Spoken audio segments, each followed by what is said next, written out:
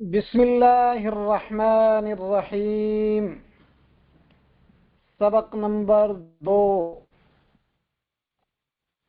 نرم حروف، یعنی وہ حروف جو بالکل آہستہ آہستہ، کوئی منہ کو دبانا نہیں ہے، منہ کو زیادہ کھولنا بھی نہیں ہے اور نہ ہی زیادہ منہ کو اوپر نیچے کرنا ہے، بلکہ بالکل آہستہ آہستہ جن حروف کو ادا کرنا ہے۔ کیونکہ ہم پڑھ چکے ہیں الف سے لے کر یا تک حروف، اب ہمیں پہچان ہو چکی ہے۔ اب تھوڑی سی انہی حروف کی یہاں ڈیٹیل آ رہی ہے، تو آپ ذرا غور سے سنیں گے تو انشاءاللہ ہمیں سمجھ آ جائے گی۔ تو یہ دیکھیں لکھا ہے نرم حروف،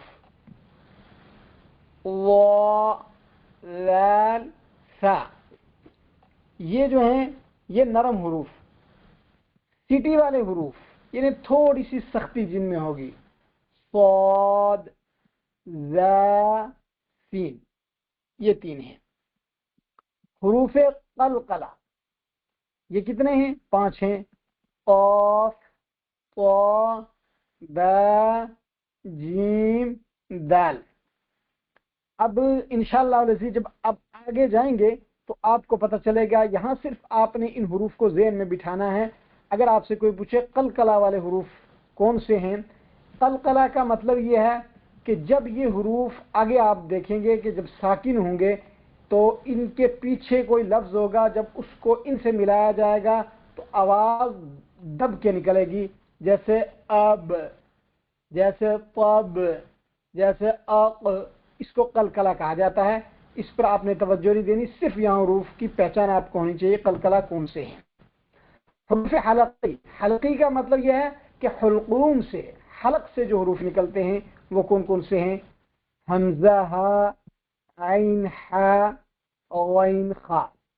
ٹھیک ہے جی، یہ بھی آپ نے یاد کر لینے اور ان کی پہچان کر لینی ہے۔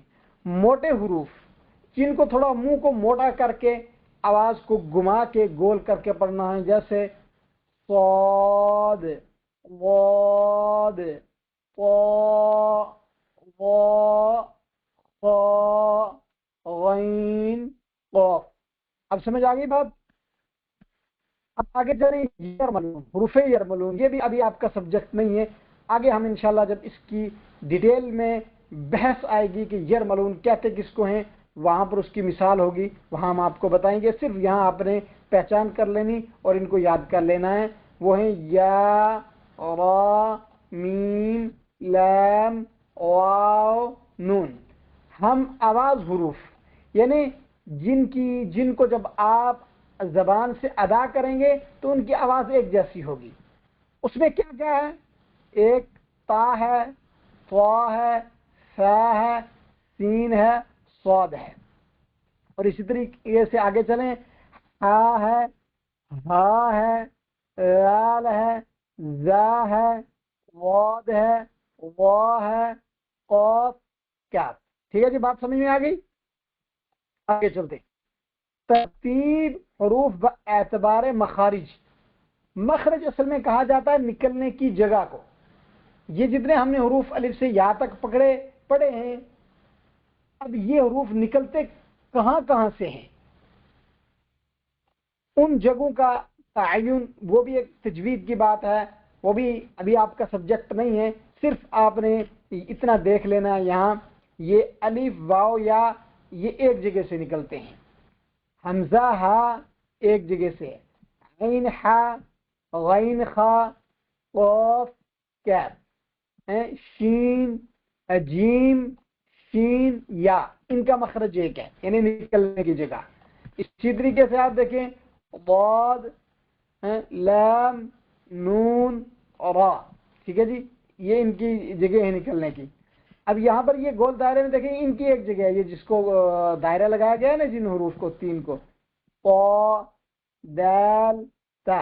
ٹھیک ہے جی، آگے چلیے، یہ وا، لام، سا، ان کا ایک مخرج ہے، صاد، سین، شین، ان کا مخرج ایک ہے، فا، اس کا الگ ہے مخرج، با، میم، واو، ان کا ایک مخرج ہے۔